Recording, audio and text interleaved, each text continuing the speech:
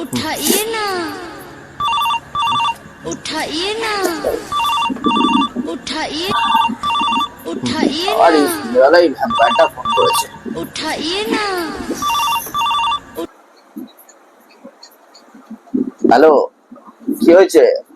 Hello, এই শোনো না, ঘুমাচ্ছ বুঝি? হ্যাঁ, ঘুমিয়ে পড়েছিলাম। ওই বিকালের দিকে একটু চোখটা লেগে গেছে। হ্যাঁ, কি হয়েছে বলো। এই শুনলাম নাকি তুমি 20 লক্ষ টাকার লটারি পেয়েছো? হ্যাঁ, কি? এই সুখবরটা তুমি আমার থেকে লুকিয়ে গেছো বলো। এই তোকে না আমি বলেছিলাম এরকম অসময়ে গাঁজা টাজা টানবি না। আরে আমি গাঁজা টাজা খাইনি।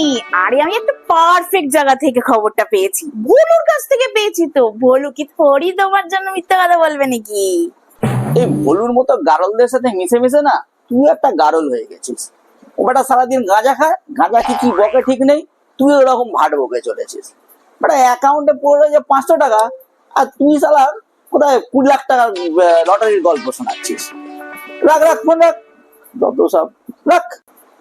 ও, তোমার অ্যাকাউন্টে 500 টাকা পড়ে আছে বুঝি? আরে হ্যাঁ, তাই তো বললাম। ও, ভেরি স্যাড। ঠিক আছে, কোনো ব্যাপার না। আমার নাম্বারে যে 399 এর যে প্যাকটা আছে না, তুমি একটু আমার জন্য রিচার্জটা করে দেবে? আজকেই রিচার্জটা শেষ হয়ে যাবে। ধুর শালা। हे प्रभु